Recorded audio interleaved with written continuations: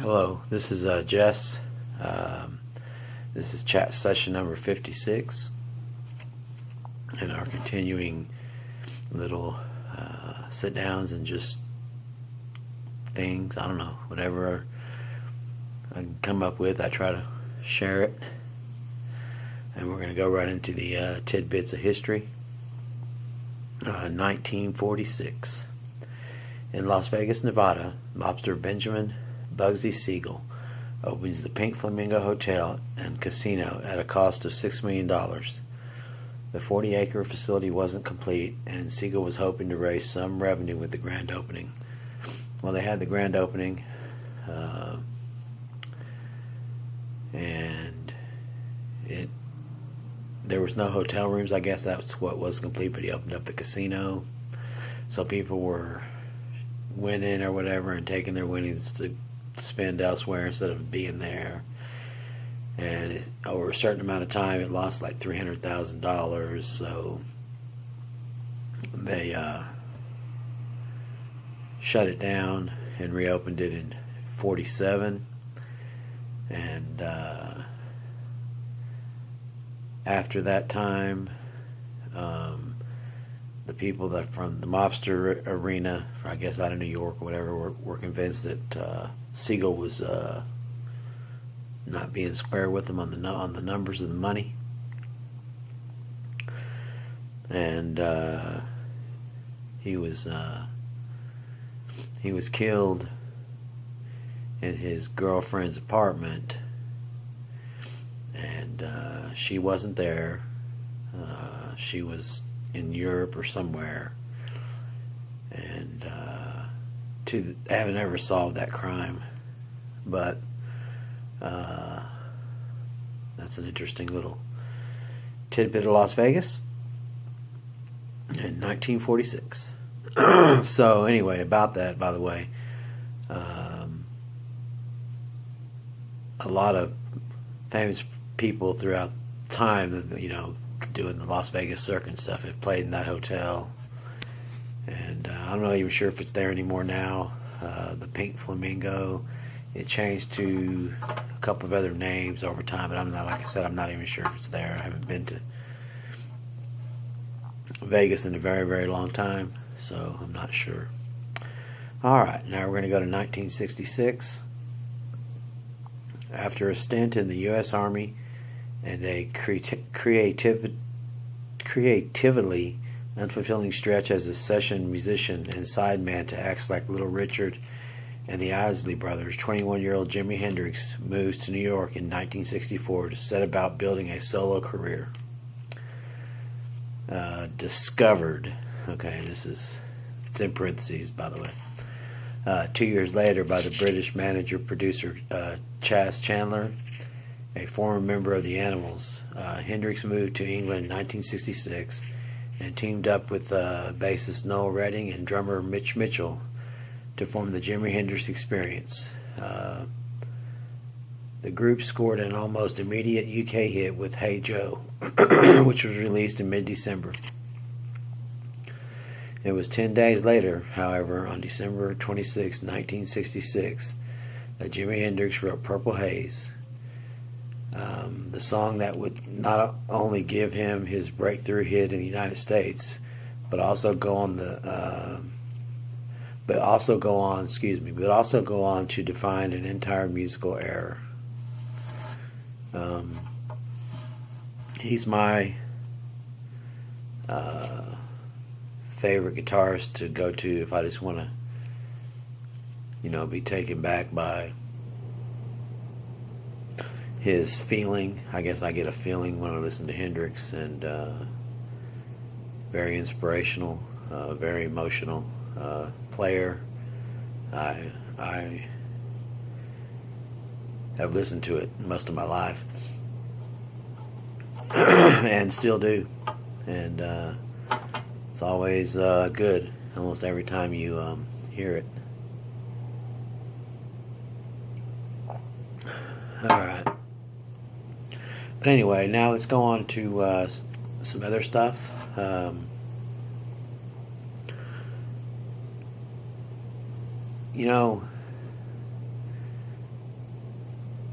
I want everyone to like maybe think back to a time when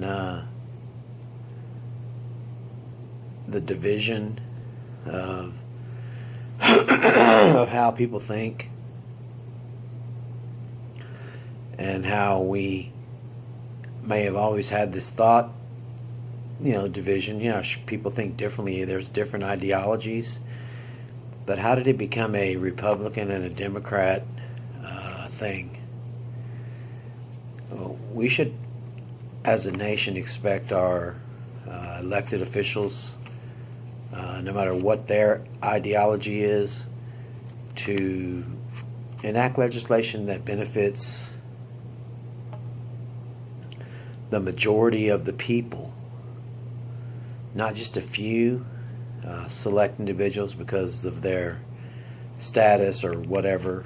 And I want to clear something else too. I think I made a statement some time ago about money not being anything. We all know that's not true because of how our society is fixed on it. Money has become a very big item. I mean, it's always been sought after, but it wasn't necessarily money. It could have been gold at one time in history or whatever. But I said that, meaning that for survival, you can have all the money in the world and just all piled around you, but without food and water, it would only last you, 10 days? Whereas a man who appears poor to the majority of the people that would look at him, lives in a cabin in a very remote area in the wilderness, has no money, but yet has food and water. It'll last him a lifetime. That's what I mean. That as something for survival, money's nothing. And yet we've rigged our society and our way of thinking to make us think that it's everything. And so we are truly servants to it. And I just think that's a dangerous place to be when everything we do is in service of how much money we can gain over others, through others, without having any feeling about how we affect others. So I may come across as some person who is at war with people who have money, and first of all, I don't know. I don't know. I go by how people are when I'm around them versus how I think about people. I don't view somebody by their financial status, so to say. I mean, sure, you look at people, sometimes you would like to think, it'd be nice to have that, but I don't focus my life around what I don't have. I try to focus it around what I do have. And I've gone through a lot of personal changes with that attitude. I've tried a lot of different things in my lifetime that failed, but that's okay. I mean, for me, it wasn't a failure as much as it was learning to go through things and see them through to the bitter end sometimes. And it cost me financially. But I wouldn't change it because I went through it, and it's something that I guess can't be taken away from me, so to say.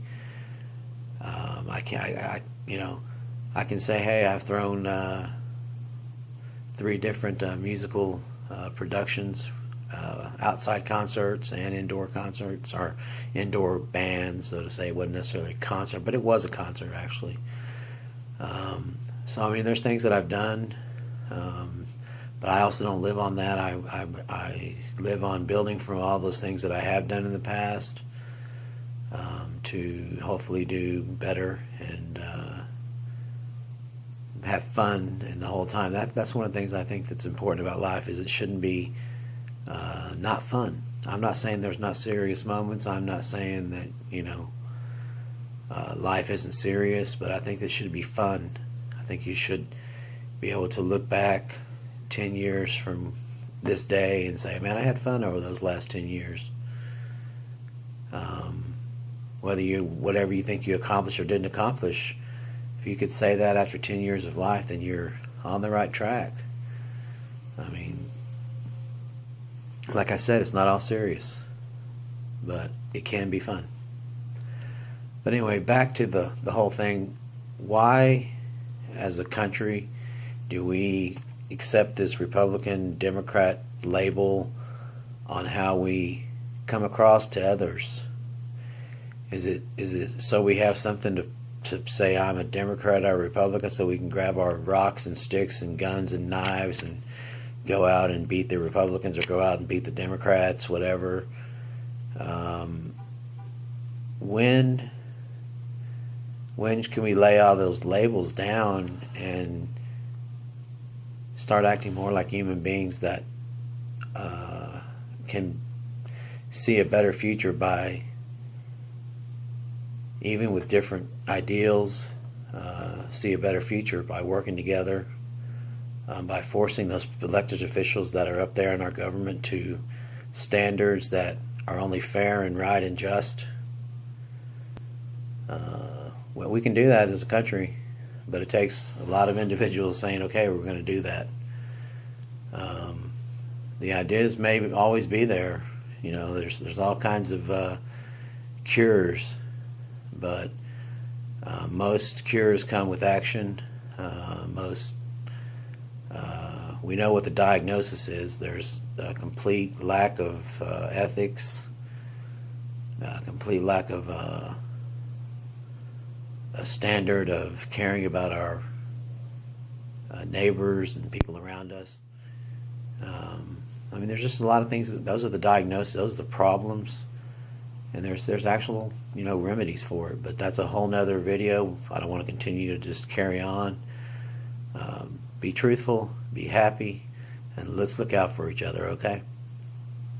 Seahawks won the football game against Dallas. It was a messy game, sloppy all the way around, but a victory's a victory, and we'll take it.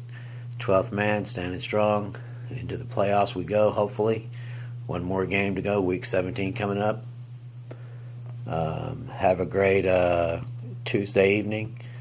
Last time you'll hear this, I hope the Christmas holidays were fantastic for everybody. Had a great time here. Enough about Christmas till next year. Bye.